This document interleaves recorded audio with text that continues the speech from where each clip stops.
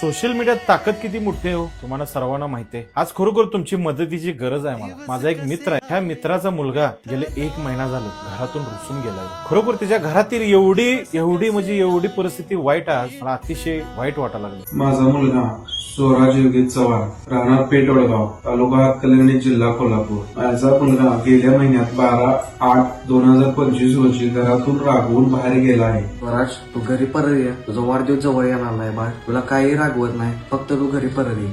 थोरा दादा कुठं असेल तिथं परत ये, मी तुझी वाट बघालो. स्वराज, गाडी गावल्या, फोन पण गावलाय बाळा. तू काय काळजी करू नकोस, तू काय टेन्शन घेऊ नकोस. तुझी वाट बघायला सगळे घरात. तुला किती शोधा लागल्या स्वराज. एक वेळा फोन तरी लावशील का नाही बाळा.